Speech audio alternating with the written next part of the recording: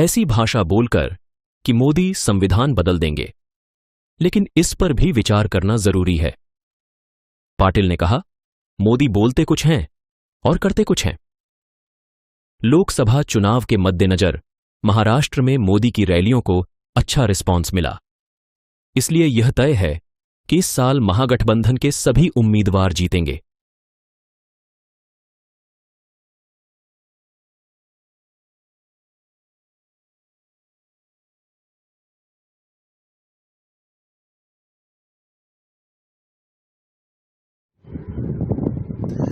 लोकसभेच्या निवडणुकीच्या पार्श्वभूमीवरती India against करप्शनचे राष्ट्रीय अध्यक्ष हेमंत पाटील यांनी भाजपाच्या उमेदवारांचा सर्वे केला आहे। याबद्दल हेमंत पाटील यांच्याशी केलेली बातचीत। आपण पाहतोय की मागील 10 वर्षांमध्ये जे मोदी सरकारने केलं ते आत्ताच्या काँग्रेसने जे 50 वर्षांमध्ये केलं नाही ते 10 वर्षांमध्ये मोदी साहेबांनी केलेलं आहे। भ्रष्टाचार असेल, विकास कामाबाबत सुद्धा त्यांचं काम असेल, अनेक कोटींचा विकास, रस्ते असतील, तुम्हाला सांगतो सर्वसामान्य लोकांना, शेतकऱ्यांना पेन्शन योजना असेल,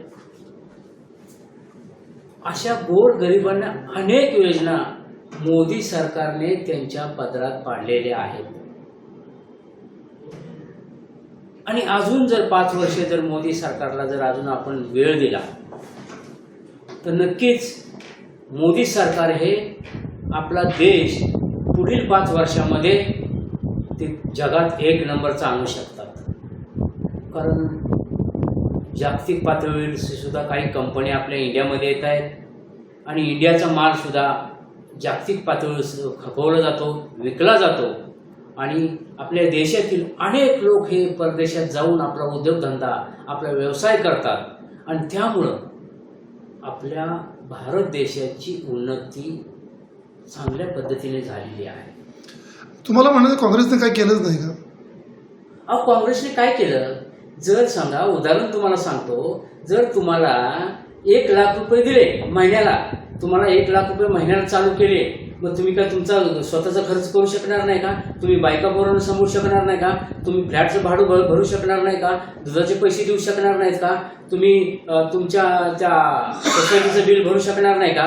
1 लाखामध्ये तुम्ही महिन्याला पूर्ण करू शकता। त्याच पद्धतीनं काँग्रेसने सुद्धा एवढं मोठं देशाचं बजेट आहे ते देशामध्ये वाटलं। बाकी काय केलं त्यांनी? पुढील दिशा काय त्यांची होती? उद्योगधंद्याबाबतची काय होती? बेरोजगारासंदर्भामध्ये काय होती? परंतु मोदी सरकारने 10 वर्षांमध्ये मोठ्या प्रमाणावरती उद्योगधंदे आपल्या देशामध्ये आणले। हेमंत पाटील, न्यायालय आणि आरक्षण हे 3 शब्द राज्यभर गाजत आहेत। हेमंत पाटलांनी आरक्षणाचा मुद्दा उचलून धरला होता। आरक्षणाच्या पार्श्वभूमीवर आपलं मत काय?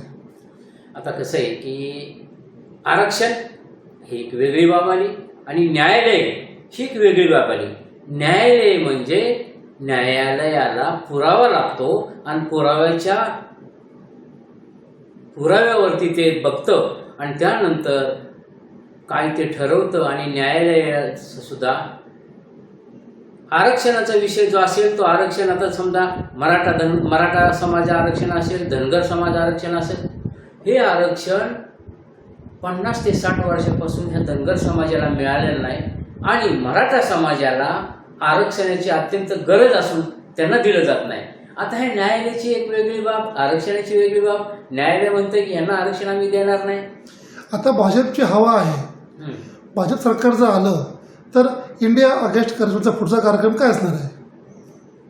जर ह्या देशामध्ये मोदी साहेबांचं सरकार जर आलं तर आम्ही मोदी साहेबांच्याकडे आमचं शिष्टमंडळ, आमच्या देश लेवलचे जे काही नेते मंडळ आहेत, जे शास्त्रज्ञ आहेत, अभ्यासू आहेत, त्यांना घेऊन मोदी साहेबांच्याकडे जाऊन या देशाचा विकास कसा होईल, या देश आपला कुठल्या पद्धतीनं असावा, कशा पद्धतीने व्यूहरचना त्याची करावी, कशा पद्धतीनं बजेटमध्ये बजेट कशा पद्धतीने त्या बजेटमध्ये कशा पद्धतीने रकमा आणाव्यात किंवा खर्च करावा. आणि मोदी साहेबांना आम्ही सांगणार आहोत की या देशामधला आपण 10 वर्षांमध्ये भ्रष्टाचार कमी केलेला आहे, त्याच पद्धतीनं आपण या देशातील पूर्ण भ्रष्टाचार कमी करावा. ज्या ज्या ठिकाणी कसं आहे की देशामध्ये प्रत्येक राज्यामध्ये स्वतंत्र सरकार आहे, त्या सरकारवरती सुद्धा मोदी साहेबांचं जर कंट्रोल असेल तर तेथील भ्रष्टाचार कमी होईल. महाराष्ट्रापुरता जर विचार केला तर भाजप सरकार आल्यानंतर इंडिया अगेन्स्ट करप्शन भारतातील कोणत्या कोणत्या मुद्द्यावरती मोदी सरकारांना सूचना करेल? आता कसं आहे की नाण्याच्या 2 बाजू असतात. एक नाणं म्हणतं की बाबा आम्ही हे केलं, आम्ही ते केलं. दुसरं म्हणतं तुम्ही काहीच केलं नाही, तुम्ही भ्रष्टाचार केला, तुम्ही लोकांना ईडी सीबीआयची चौकशी लावता, त्यांना आत टाकता. ते म्हणतात की जे भ्रष्टाचार करतात त्यांना आम्ही आत टाकतो. अशा दोन्ही बाजू आहेत. दोन्ही बाजूंनी सुद्धा हा प्रचार चालू आहे. परंतु मोदी सरकारचे मुद्दे हे लोकांना पटल्यामुळं लोक कमळावरती बटन दाबतात. आतापर्यंत आता मला वाटतं काल परवा सुद्धा आपल्या महाराष्ट्रामध्ये मतदान झालं. बारामती असेल, सातारा असेल, बाकी तुम्हाला सांगतो बीड असेल, कोल्हापूर असेल, या ठिकाणी सुद्धा मोठ्या प्रमाणावरती भाजपला मतदान झालेलं आहे. कालचीच घटना आहे, सांगोल्यामध्ये EVM मशीन जाळलं, लोकांचा उद्रेक पाहत आहे. काय तुमचं मत काय?